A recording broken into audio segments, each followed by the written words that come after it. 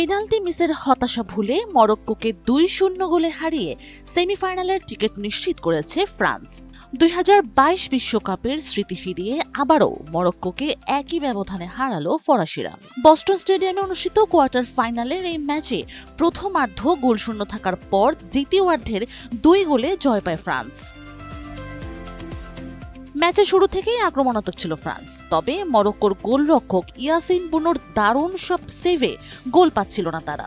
ম্যাচের 25তম মিনিটে বক্সের ভেতর কিলিয়ান এমবাপ্পে ফাউলের শিকার হলে পেনাল্টি পায় ফ্রান্স, কিন্তু 27তম মিনিটে এমবাপ্পে নেওয়া পেনাল্টি শট ঠেকিয়ে দেন বুনো। ফলে গোলশূন্য সমতায় শেষ হয় প্রথমার্ধ। বসুন্ধরা টিস্যু, অশুদ্ধতার বিরুদ্ধে এক বিন্দুও ছাড় নয়। দ্বিতীয়ার্ধে আক্রমণের ধার আরও বাড়ায় এমবাপ্পেরা। অবশেষে ম্যাচের 60তম মিনিটে ডেডলক ভাঙেন এমবাপ্পে। বক্সের বাইরে থেকে নেওয়া দারুণ এক বাগানো শটে ফ্রান্সকে এগিয়ে নেন তিনি। আর এর ঠিক 6 মিনিট পরে 66তম মিনিটে দ্রুতগতির এক কাউন্টার অ্যাটাক থেকে কোনাকুনির শটে ব্যবধান দ্বিগুণ করেন ওসমান দেম্বেলে। 2 গোল খেয়ে ব্রাহিম দিয়াজ ও আশরাফ হাকিমরা ম্যাচে ফেরার চেষ্টা করলেও ফ্রান্সের রক্ষণ ভাগ ভাঙতে পারেনি মরক্কো। পুরো ম্যাচে মরক্কোর মাত্র একটি শট লক্ষ্যে ছিল। অন্যদিকে 22টি শট নিয়ে আধিপত্য বজায় রেখে জয় নিশ্চিত করে ফ্রান্স।